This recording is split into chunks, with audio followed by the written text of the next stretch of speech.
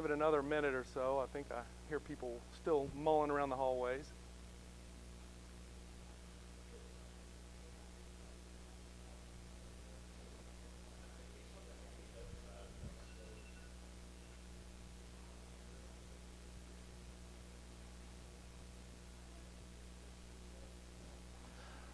All right, well, time to begin class. It's great to see everyone here today. It's a beautiful Lord's Day. Even though it's hot outside, we've got nice, cool temperatures in here. Got some visitors with us, so glad to see all of you and all of our members as well. This is our last week in our study of Judges, for those of you who've been here for this quarter. And as we kind of look back at my slide I've shown every time I've taught, just want to look and think about once again kind of the perspective of what we've been talking about for the past 13 weeks and looking at the time of God's people between Joshua and David, basically. So thinking about what happened to the children of Israel and what caused the precipitation of God to have to deliver judge after judge after judge because the people constantly turned their back on God. And we're going to see that again today as we're looking at Saul and his rise to kingship and immediate stumble and fall from grace, and just how Samuel even points back as he's speaking to Israel about that cycle of rebellion, as I've called it at least, where Israel, everything's going great, everything's fine, they're at peace, and they pick up those gods around them, they pick up the religions and the sinfulness of all the neighbors that they chose to disobey God and did not expel from their midst. God turns his back on them and their enemies take them over and subjugate them. And then they cry out to God after a period of time, and then God delivers a judge. And so as you kind of look at our chart here, you know, it's the same story that happens over and over again. And if you add all this up, it's about just short of 450 years. So, you know, give or take a few years, about 450 years from when Joshua died to when essentially Samuel comes into play, and then, you know, forthcoming is Saul, and then David is we won't get to as we begin. So I want to jump in and look at what where we left off last week. So we're in Judges, finishing up chapter 10, and if you'll look with me there, just kind of give you a backstory, and feel free to bring up questions and thoughts as you have them. But as we're looking at Saul, he's a bit of a reluctant king, if you will, right? He's a pretty humble man. He's someone who did not expect seemingly to come out into a leadership place. And then we see, I think it's pretty interesting there in verse 22, we see as Samuel had already gone per God's instruction and had anointed Saul, we see, let's back up to verse 20 there in chapter 10, where it says, "And when Samuel had caused all the tribes of Israel to come near, the tribe of Benjamin was chosen.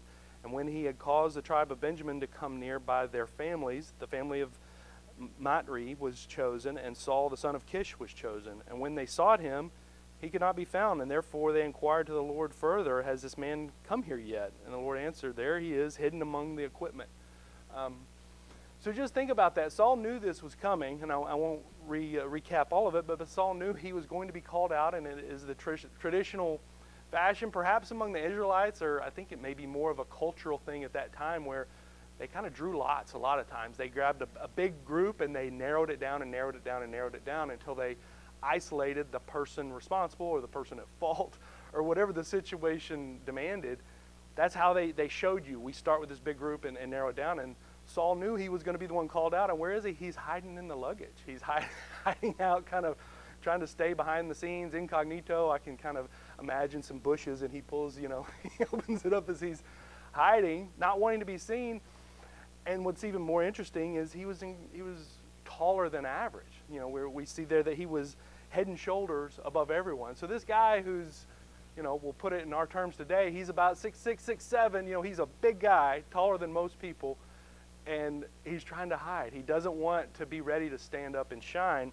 And it should tell you a little bit about where Israel is. You know, as we cast back and think about leading up to this time, Israel's demanding a king. All of their neighbors have a king. All these other countries who've been defeating them have a king, and Israel is relegated to having judges. and they're not even there for very long, sometimes 30, 40 years, but many times just a few years. And it seems, we're left to decipher what we get from the scripture in this respect, but it seems the judges, in a lot of cases, are only leading or only really present for a portion, for a few tribes or a few sections of Israel, but not the country as a whole, a united Israel. And that's what Israel seemed to want, is that united man or person to lead them, rather than God, as God had instructed them from the beginning, that he is their king.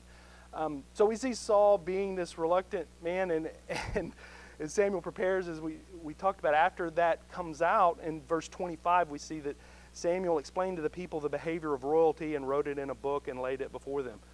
Flashback, we talked about this a couple weeks ago in chapter 8. Samuel warns them, you want a king, well, you're going to have someone come and rule over you. He's going to take the best of your stocks. He's going to take your sons and daughters. He's going to send your sons to die in war. He's going to marry off your daughters to whom he chooses. He's going to take from your property. Is this what you want? And they said, yes, this is what we want. Well, Samuel, now that they have a king, he's kind of like, well, this is what you're going to expect. This is how royalty works. And he doesn't lay that out for us in detail, but it does say it was put in a book, and I'm sure that's part of the holy books or the text that Israel probably kept for the next 1,000 years or so. So as we continue, I think one of the interesting things as well to think about is when this was all said and done, Saul just went home. Is that what we see in political leaders today? After all is said and done, they just turn around and go back to the house they lived in before? Not typically, right? They usually go to a palace or go and immediately amass for themselves their royal court, their guard, their what have you, and start to build that kingship. And Saul didn't really know what to do. If we look there in verse 27, or I'll read 26, 27, it says, and Saul also went home to Gibeah, and valiant men went with him, whose hearts God had touched. But some rebels said, how can this man save us? So they despised him and brought him no presents, but he held his peace. So Saul he did take some guards with him, so he wasn't completely just abandoning it, going back to being a farmer, but he didn't really know what to do. And Samuel wasn't, as we see here, not giving him specific guidance, as Samuel, wasn't a king either. But this didn't create a sense of loyalty among everyone in Israel. Why do you think it says that some despised him? In some cases, they weren't chosen. Maybe it was a animosity between the tribes, perhaps. And also, Benjamin, they just come off the whole in the Judges. We talked about last week the kind of the three stories and how the Benjamites didn't prosecute, I guess, it was Gibeah or whoever it had that incident. So they just had kind of a civil war. So they're the tribe that now produced the king. So maybe there might have been just some. Yeah, exactly. I mean, so Israel wasn't one for all and all for one. They definitely had their teams they rooted for. 12 tribes, and they didn't like each other's tribe that much. They respected some more than others, but Benjamin was not respected. If you were from Judah or some of the Manasseh or some of the other tribes, they didn't really give Benjamin much respect. And recent history showed Benjamin really hadn't stood up for themselves as everyone perhaps thought they should have. And then Saul, he's just an average guy. I mean, how many times have you seen, perhaps in the workplace or somewhere, where someone rises among the ranks, and sometimes people are like, well, why did he get the job?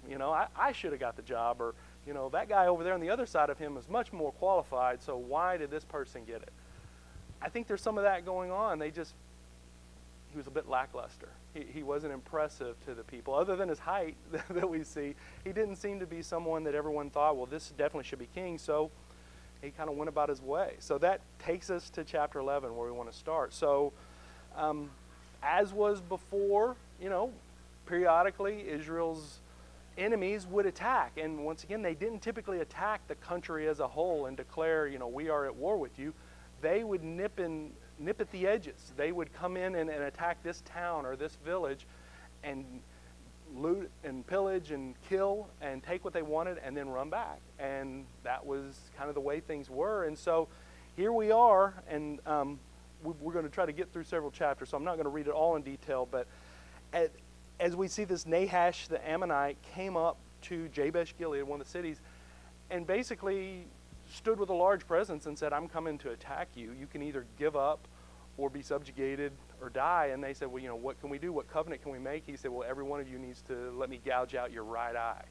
So basically making them defensive in this time, when you have hand-to-hand combat, a lot of times you had a sword in your right hand and a shield in your left, and you held your shield up to where you kind of could only see with your right eye. If your right eye was gouged out, you were effectively not going to be able to battle. You couldn't see, and they didn't think you could switch and go left-handed, so they were pretty well limited. And so with their fear of no one wanting their eyes gouged out, much less the whole town, the whole city of men, they reached out to send messengers and say, well, we'll give it a week, see if we can get some help, and if we can't get help in a week, then we'll submit, because otherwise we all die. So we see that they reached out to Saul, and the question really is, was Saul quite ready to be a king? We look in chapter 11, verse 6, we see, let me back up a little bit. So chapter 4 says, so the messengers came to Gibeah of Saul and told the news of the hearing of the people, and all the people lifted up their voices and wept. Now there was Saul coming behind the herd from the field, and Saul said, what troubles the people? So he's still out farming. I mean, he's been made the king, and he just goes back to tending the herd. So it begs the question, do you think Saul was ready for what he was anointed to do? I don't think so, right? He just thought, well, I'll see what happens. So he just went about his daily life of being an agrarian and didn't see that he needed to prepare for this. But fortunately, in verse 6, we see that the Lord guided him. The Lord showed him what was needed. So the Spirit of the Lord came upon Saul, as we see in verse 6, and he heard the news and was angry and greatly aroused, took a yoke of oxen, cut it into pieces, and sent it throughout the territory. So pretty gruesome, which is unfortunately pretty common of the time to have a pretty violent, gruesome reaction and way to get a message across. Divided up some oxen and sent it out and said, who's gonna respond to the blood? Who's gonna come and help us fight? So fortunately, he was able, through the Spirit of the Lord, through God's guidance, he was able to gather an army and go in, and they defeated them. So he pulled the nation together. They had a victory, and seemingly he's on the right track. And then we see what happens next. So the people, they celebrate this victory, and they're like, look, we do have a king. So if we're looking in verse 12, we see the people said to Samuel, who is he who said, shall Saul reign over us? Bring them in that we may put them to death. So Saul is successful with his first outing. He actually shows that he had some leadership. Once again, we see through the grace of God and the Spirit filling him and guiding him, and God basically allowing them to win. But they're ready to, once again, lash out at their countrymen. No one's ready to just say, let's all come together now. They wanted to put to death anyone who said a negative word about them. And sometimes people say, well, that's so strange. Why would they do that? But don't we see this in our world today? I think with some of the things going on in the news right now, if you're on one side or if you're on another side, it's pretty strong vitriol opposed to the other. And that's what we saw here with Israel. And I think this was a good moment for Saul, because he didn't want that to happen. He did not want to see that death immediately upon him having a victory and killing those who initially opposed him. So he let it go in an effort to unify Israel. And so we see Samuel at this point see an opportunity to renew his kingship. So why do you think Samuel thought it would be a good time to go back and once again proclaim Saul as the king and speak to Israel? Because it didn't go so well the first time, right? He was announced, he had been anointed, and then Saul really didn't do anything. He sat back for a period of time, and we don't really have an idea of how long that time was, but probably in the order of months. And nothing happened, and then something good happened, so Samuel sees, hey, let's renew your kingship. Let's make it more formal. And so that is exactly what they did, and as we begin chapter 12. So looking at the first few verses here we see, and Samuel begins addressing Israel, and I'll read just verses 1 and 2. It says, "So Samuel said to all Israel, Indeed, I have heeded your voice and all that you said to me. I have made a king over you, and now here is a king walking before you. And I am old and gray-headed, and look, my sons are here with you. I have walked before you from my childhood to this day." And he continues on, speaking to his own integrity. What do you think was significant in Samuel telling them that his sons were there with them that day? I don't know, because they had already complained about the sons. They said, they're taking bribes or justice against the king. So I wonder if it was more of a longevity thing. I've been here so long that now my sons are here with you, perhaps. I don't know. I think it's interesting, and for those of you who haven't been here the past few weeks, 2 or 3 weeks ago when we first saw Samuel come into the scene and his sons he put them in priestly roles and put them over the people, and it kind of sounded a lot like Eli with his sons. Samuel's sons weren't doing the right thing, were acting a little more selfishly and weren't abiding by God's commands and how a priest should act, and so the people complained about it. And that was a discussion we had. Well, why didn't Samuel's sons get, ousted and killed the way Eli's did? And from our study, the best we can understand is it wasn't as egregious. They weren't going quite so far. So they were removed from power, but not killed and removed from society. And I think a big point here, and some of the commentaries agree, is that he's saying, now my sons are with you. And, my Bible has the "are" italicized. So they're no longer in a leadership role. My sons are with you among the people.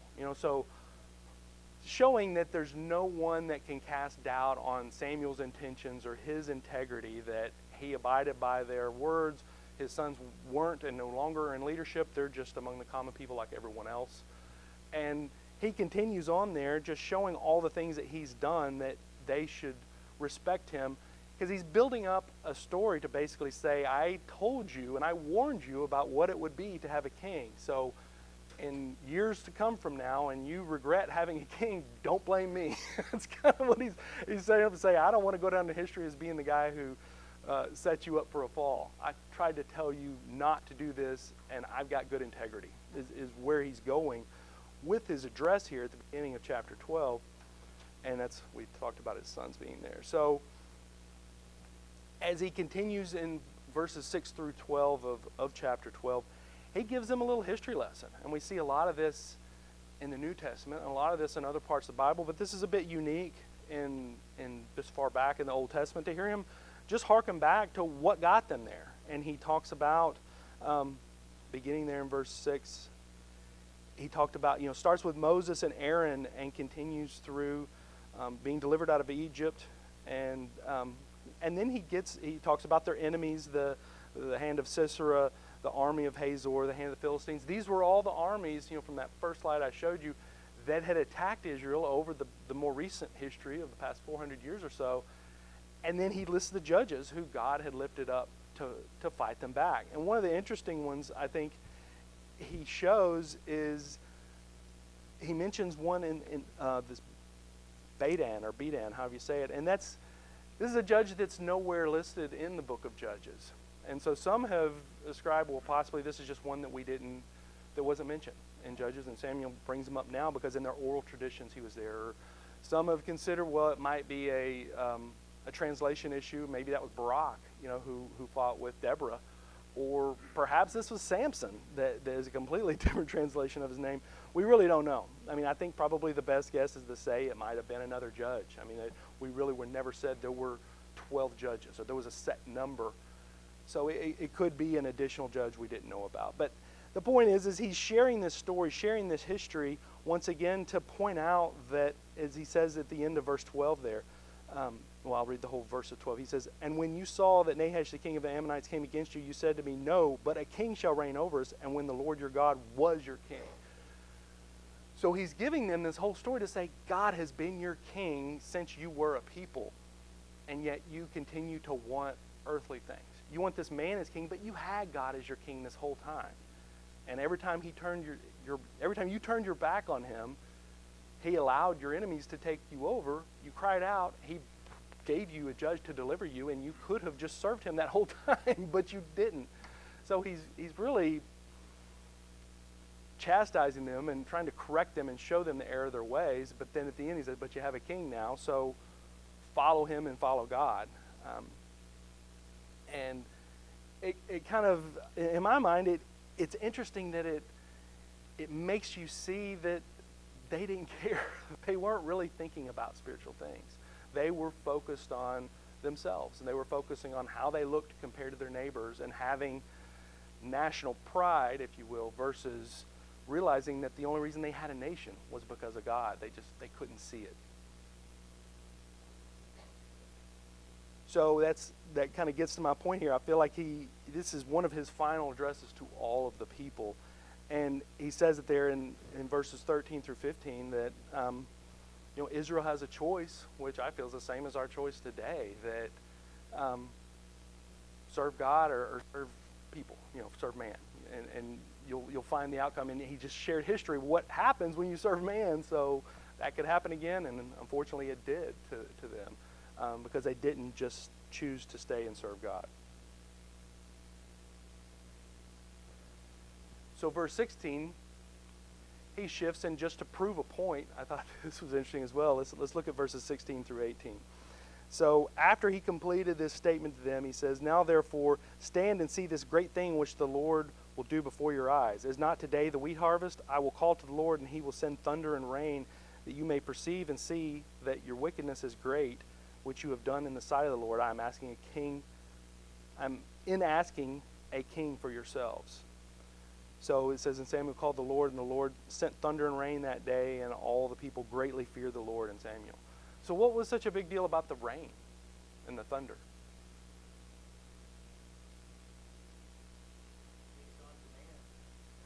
It was on demand, and the point is that he says it's now, isn't it the wheat harvest? In this part of the world, when it was time for wheat harvest, it was usually dry. It was kind of like August, I guess, here. It was hot, it was dry, and in that part of the world, they didn't get much rain, in that time. The rains were very seasonal and usually just in the spring. So it was usually a dry period of time. So just to come out and say, isn't it, supposed to be dry here today and no rain? And God's going to make it rain. And I'm sure it was an incredibly thunderous storm for the people to fear God and Samuel as soon as that happened. So once again showing who he was, that he could call out and request something from God on a moment's notice and that it would happen. Had to bring fear to the people, I would think. Any thoughts? All right, so, and I know I'm moving through this. I wanted to get through our chapter 15 and to kind of bring a summary to this whole content, because this is, as you can tell, it's pretty meaty. So getting into 13, we see some time passes.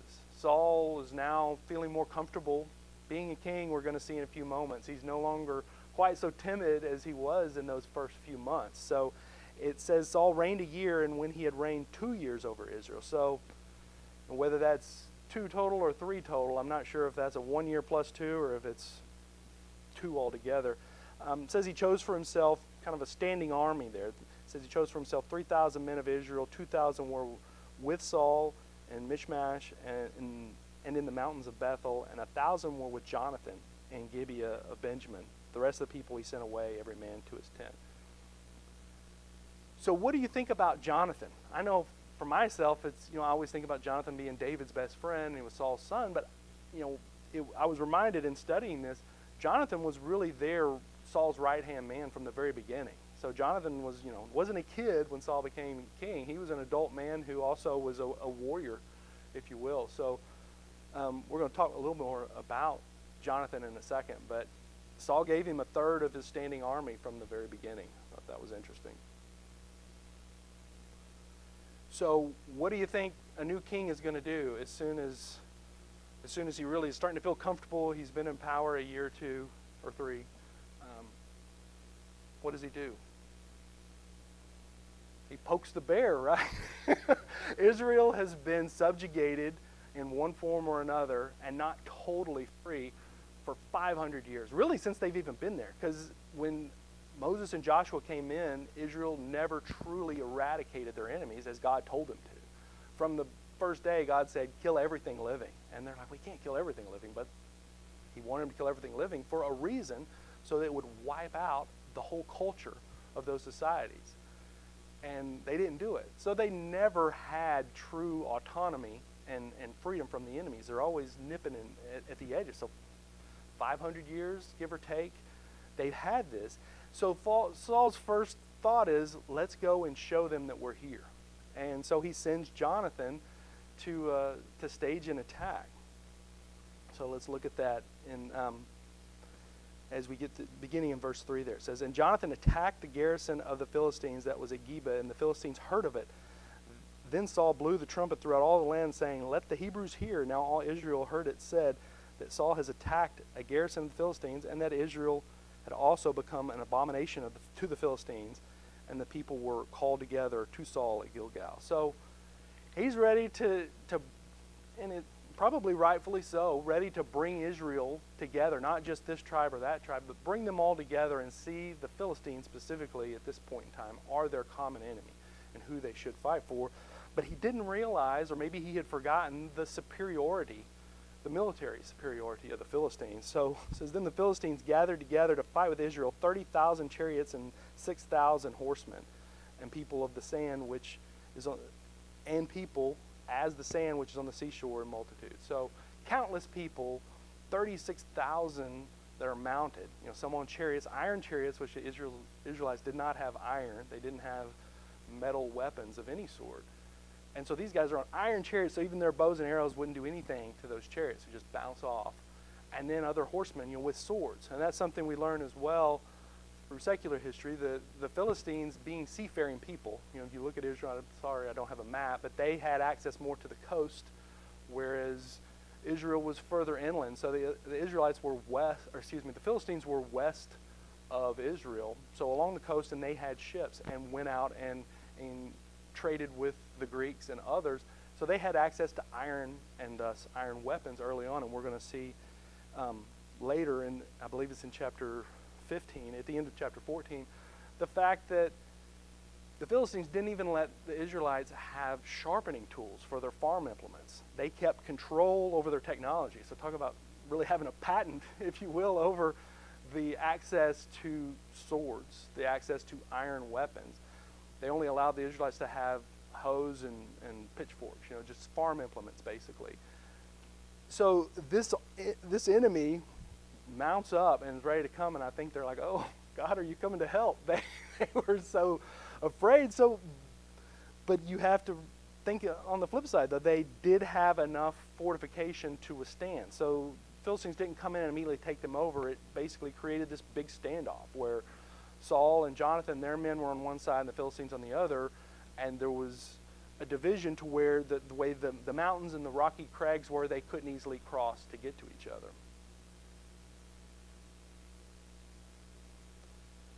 So, as you see there, we continuing through the verses, Saul kind of does what he wants in this. So, beginning there in verse 6, so when the men of Israel saw that they were in danger, they ran and hid everywhere. It says, midway through verse 6 there, it says, so when the people hid in caves and thickets and rocks and holes and in pits, some of the Hebrews crossed over the Jordan to the land of Gad and Gilead. And for Saul, he was still in Gilgal, and all the people followed him trembling. So Israel sees what Saul has done, and they're like, we got to get out of here. They hide everywhere they can, and Saul stands there, but with a much fewer group of men than he had planned on. And so then he waited 7 days, and according to the time set by Samuel. And Samuel didn't come. So Saul, this whole time, he's counting on Samuel to bring God and bring us back. I think Saul never truly grasped what it was to stand with and by God. He just thought God was our meal ticket, our way to have victory, and let's just try to do our best to follow what we think God wants us to do, but not truly know and embrace God and listen. So Samuel's supposed to come in a week, and Samuel doesn't get there in a week. So what does Saul do? He's like, well, I'm king. I guess I can be priest too. He decides to offer sacrifices, which, you know, is a big no-no. If you're not a priest, you cannot offer sacrifices, especially if you're a king. But we see he continued and did that. Continuing in verse 7 says, so some of the Hebrews crossed up, jumping to verse 8. Then he waited 7 days according to the time set by Samuel, but Samuel did not come to Gilgal, and the people were scattered from him. So Saul said, "Bring a burnt offering and a peace offering to me," and he offered the burnt offering. Now it happened as soon as he had finished presenting the burnt offering that Samuel came, and Saul went out to meet him, and that he might greet him. So Samuel shows Saul the error of his ways, and that he shouldn't have done that. And I think we see that later in that a king can't offer burnt offerings. In 2 Chronicles, King Uzziah, he tried to do the same thing, and God struck him with leprosy. That's in 2 Chronicles 26. So where we see when Samuel arrives and Saul is made aware of this error, the one act that he's done, Samuel says, God says your reign is over. So 2-3 years in, he's informed he's not going to have a legacy. He's not going to have his son be king behind him. But he didn't dethrone him. I think that's interesting. He allowed Saul to continue, but just basically said, you don't have a legacy now. Your family is not going to have this dynasty. You're not going to be able to carry this on. And he foreshadowed to David. He said, God is looking for a man after his own heart. And Saul was definitely not that. So why do you think, and I kind of gave it away a little bit, but why do you think God was so severe with this offering of a sacrifice?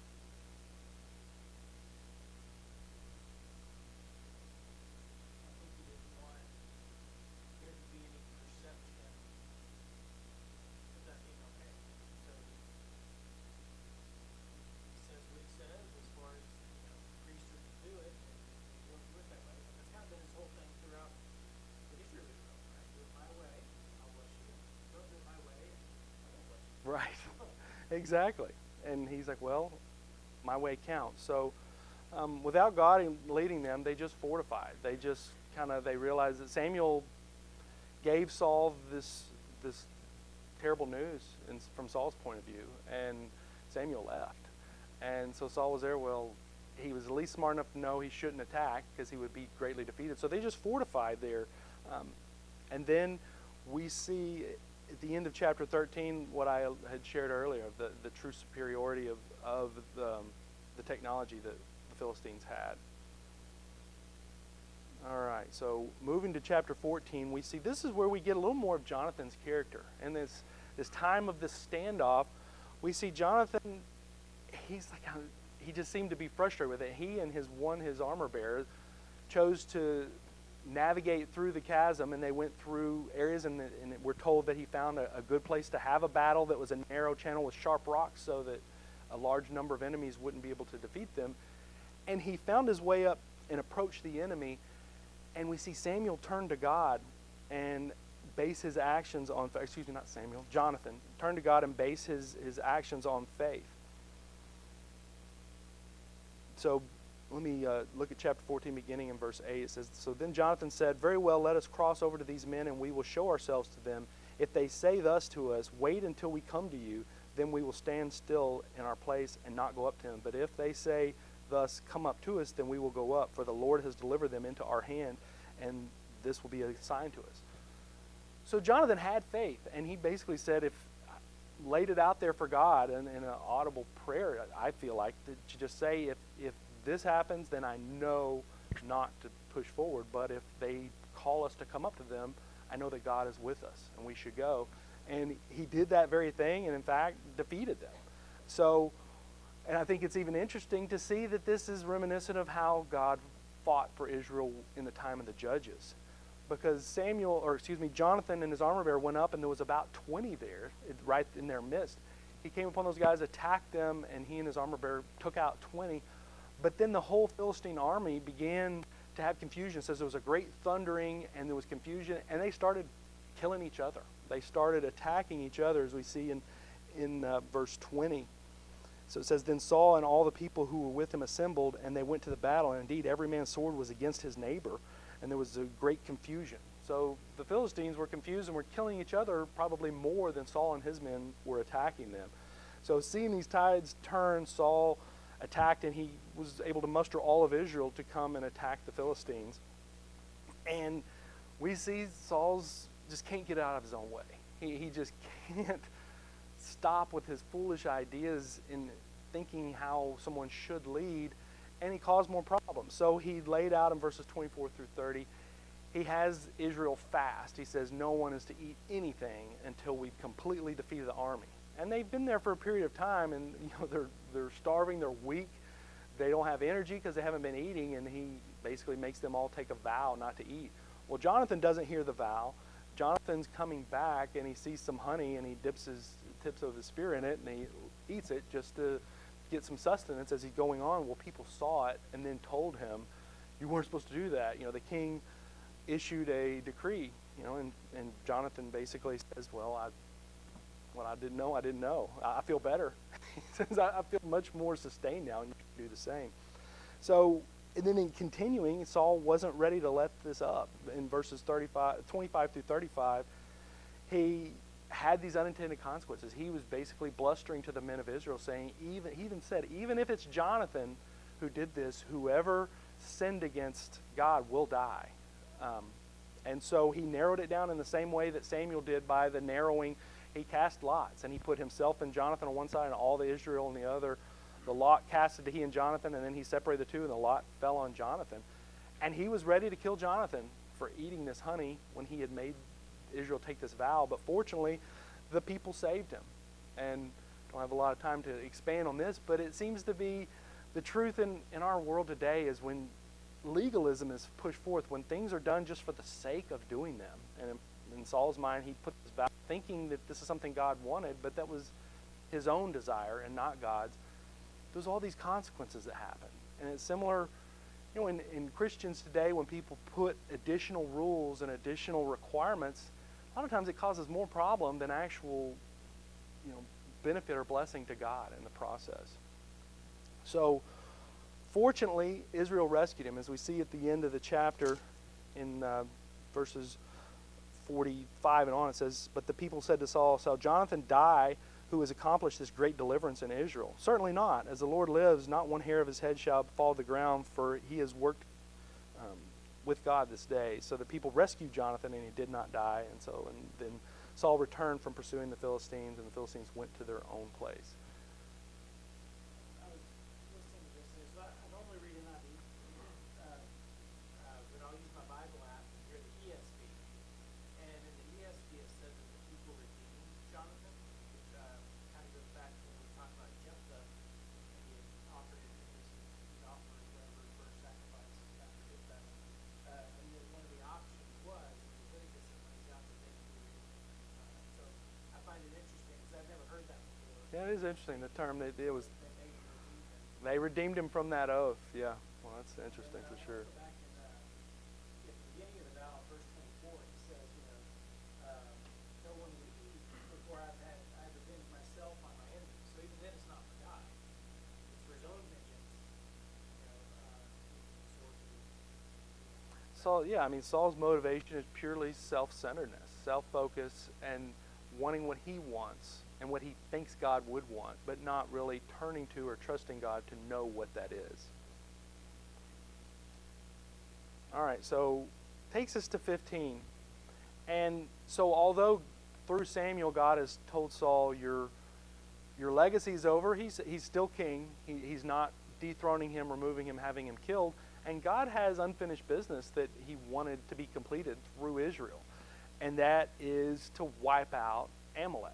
So, in looking back hundreds of years before, perhaps, and I didn't look it up, I apologize, it might be in the order of 600 plus years, when Israel was first leaving Egypt and coming into Canaan, that Amalek had committed offenses to Israel, would not allow them to eat, would not allow them to stop, made them go through. And at the time, the Lord said to Moses, write this for a memorial in the book and recount it in the hearing of Joshua, that I will utterly blot out the remembrance of Amalek from under heaven. That's in Exodus 17, 14 through 16. And so Moses built an altar and called its name, the Lord is my banner, for he said, because the Lord has sworn, the Lord will have war with Amalek from generation to generation. So through Moses, God had called out Amalek, some 600 years earlier, and God never forgets.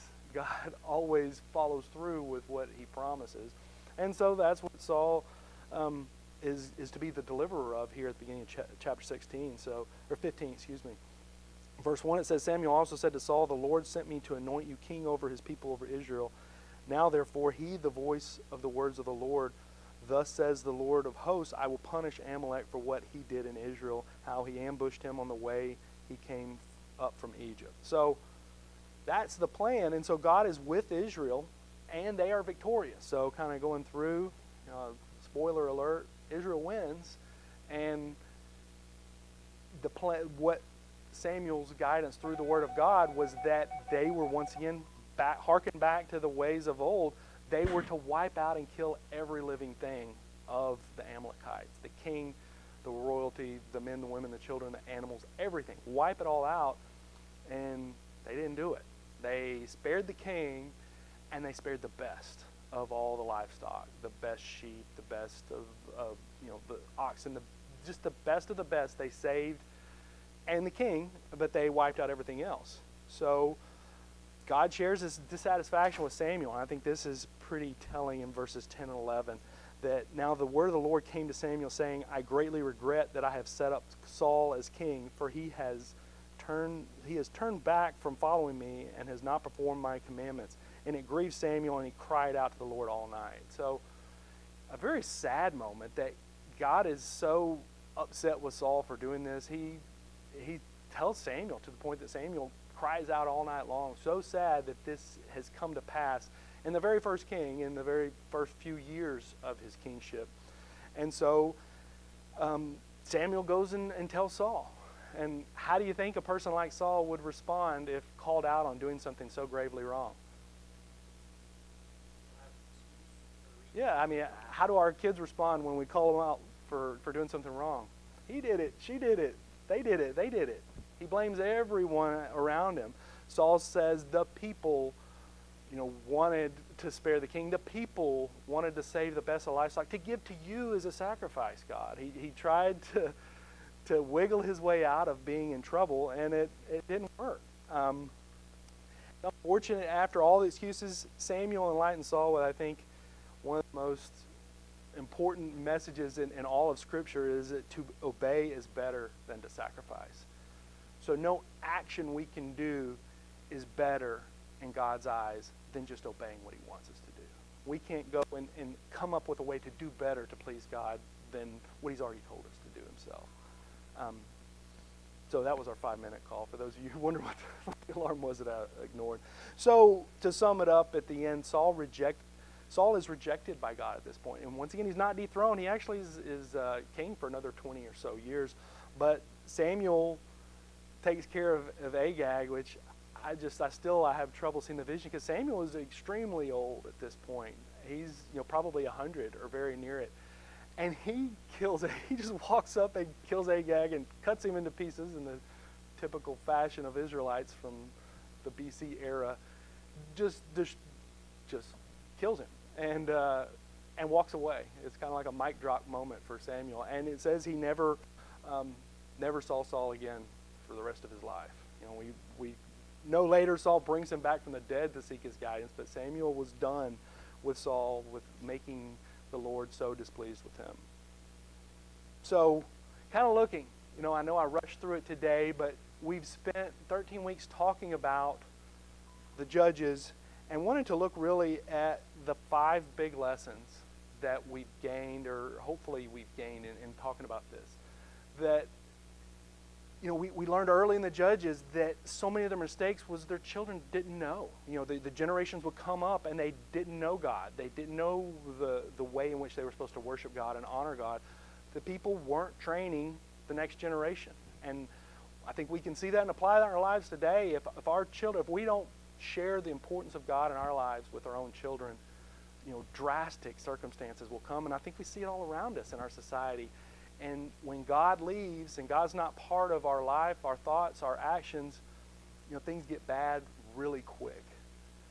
The value of conviction in relation to the salvation of men's souls. So the fact that salvation is incredibly important and is so often disregarded, and we saw that throughout some of the time with the Judges, where the value of humanity was minimized and the loss of life was considered negligible and not important. And that's not in God's eyes. He values every one of our souls. He provided for Canaan just as he does for us today. The Canaanites, God proving Israel by the Canaanites just as he did today. What that means is we were told earlier in Judges that God proved them by the Canaanites, meaning he allowed them to face tough times to refine them. As we're told in the New Testament, our faith is refined by fire. Sometimes it's tough situations will show us who we are and what we're able to do, as long as we trust in God. He doesn't tolerate sin. We saw that today, and yet his mercy is always available. So hopefully, I know today was a little fast, and I apologize for that, but hopefully you guys have gained something out of this study of Judges. I think it can be very relevant in how we look at the character of God and how he interacts with us today in our lives. Any final thoughts or comments before we close out? Thank you all for your attention and participation.